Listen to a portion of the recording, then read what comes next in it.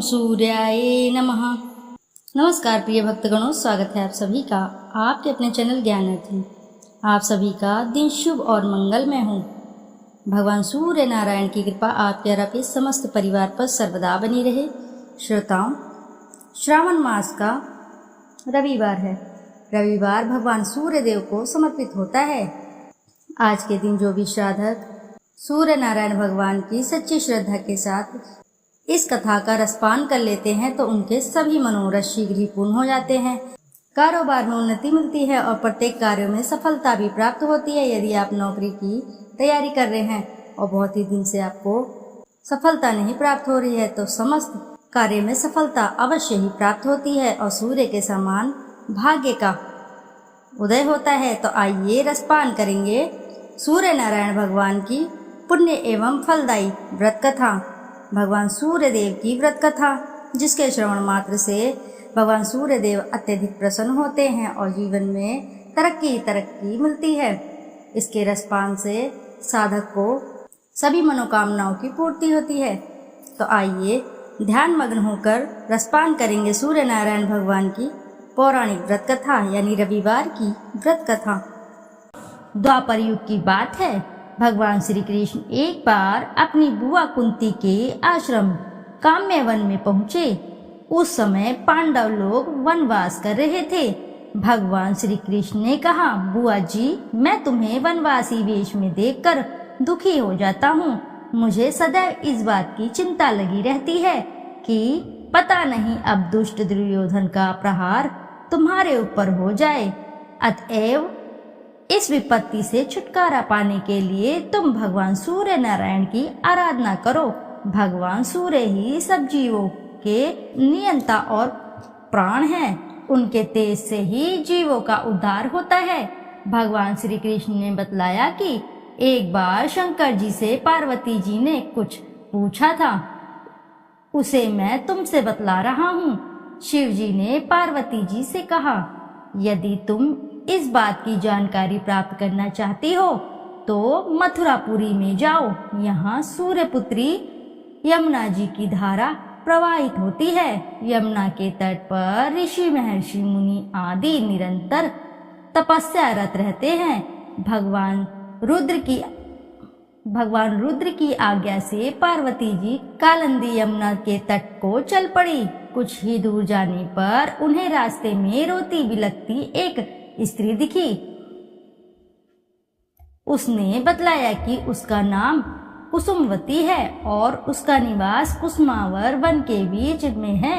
संतानहीन होने के कारण उसके पति वसंत ने उसे त्याग दिया है और इस प्रकार वह निराश्रिता हो गई है।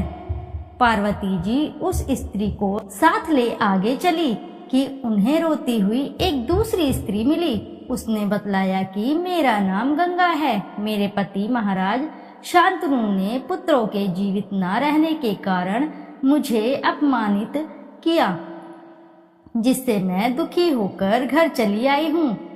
इसी प्रकार थोड़ी दूर जाने पर मधुवन में माधवी नाम की एक स्त्री और मिली, जो पति के वैभव का नाश होने के कारण घर से निकाल दी गई। इसके अनंतर आगे जाने पर कुमुदवन में कुमुदा नाम की स्त्री से भेंट हुई, जिसके पति को राजा ने बंदी बना लिया था और वह व्याकुल होकर विलाप कर रही थी।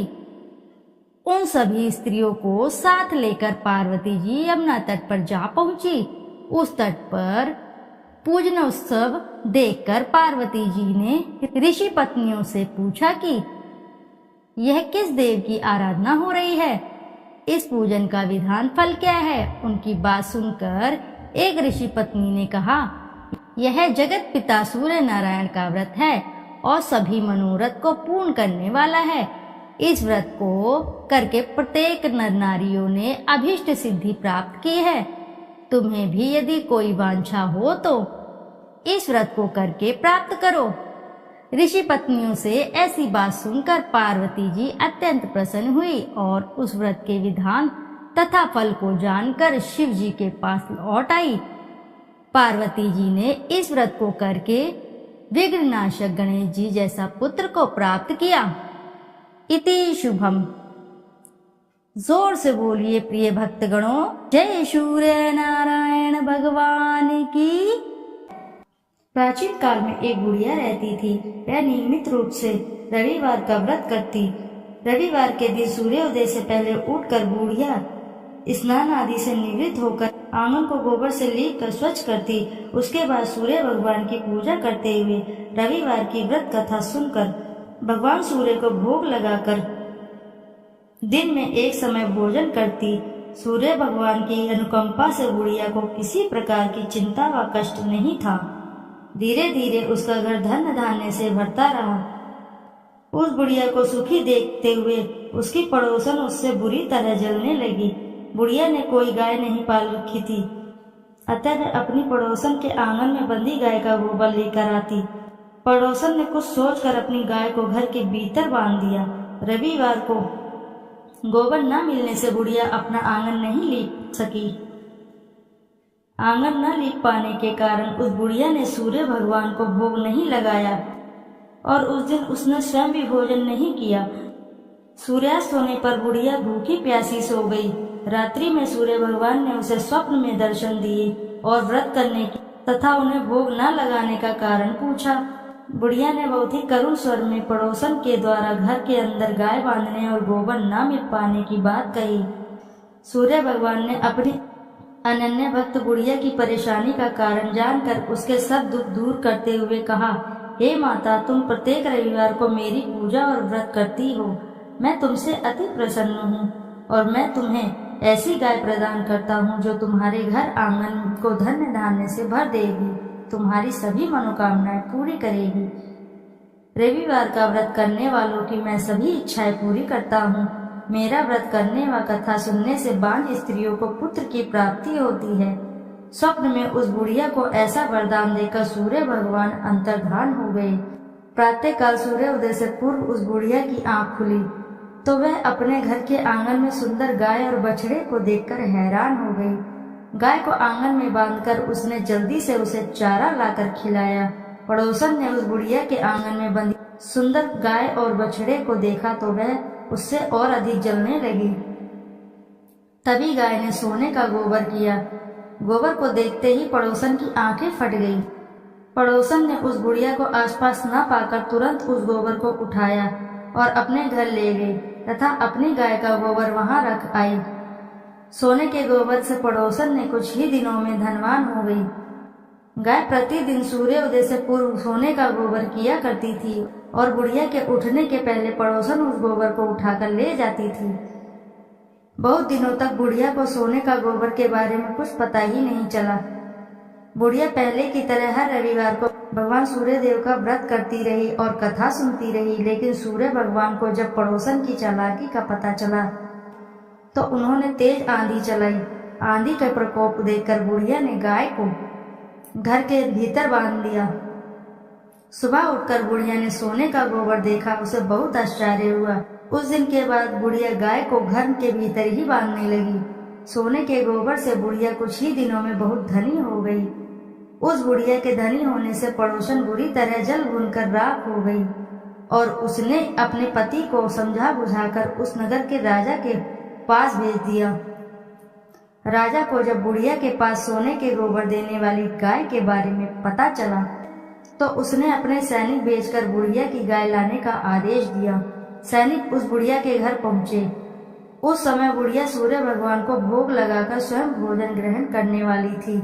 राजा के सैनिकों ने गाय और बछड़े को खोला और अपने साथ महल की ओर ले चले गए। बुढ़िया ने सैनिकों से गाय और बछड़े को न ले जाने की प्रार्थना की। बहुत रोई, बहुत चिल्लाई, लेकिन राजा के सैनिक नहीं माने। गाय व बछड़े के चले जाने से बुढ़िया को बहुत दुख हुआ। उस दिन उसने कुछ भी नहीं खाया और सारी रात सूर्य भगवान से गाय व बछड़े का लौटाने के लिए प्रार्थना करती रही। सुंदर गाय को देखकर राजा बहुत खुश हुआ। सुबह जब उस राजा ने सोने का गोबर देखा तो उसे आश्चर्य का ठिकाना न रहा। उधर सूर्य भगवान को उस भूखी प्यासी बुढ़िया को इस तरह प्रार्थना करते देख उस पर बहुत करुणा आई। उसी रात सूर्य भगवान ने राजा को स्वप्न में कहा, राजन, बुढ़िया की गाय व बछड़ा तुरंत लौटा दो, नहीं तो तुम पर विपत्तियों का पहाड़ टूट पड़ेगा। तुम्हारा महल नष्ट हो जाएगा। सूर्य भगवान के स्वप्न से बुरी तरह भयभीत राजा ने उठते ही गाय और बछड़े को तुरंत लौटा दिया। राजा ने बहुत सा धन देकर बुढ़िया से अपनी गलती की क्षमा मांगी। राजा ने पड़ोसन और उसके पति को उनकी इस दुष्टता के लिए दंड भी दिया।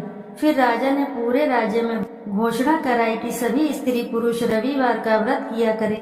रविवार का व्रत करने से सभी लोगों के घर धन्य धान्य से भर गए, चारों ओर खुशहाली छा गई, सभी लोगों के शारीरिक कष्ट दूर हो गए। राज्य में सभी स्त्री पुरुष सुखी रहने लगे और सुखी जीवन यापन करने लगे।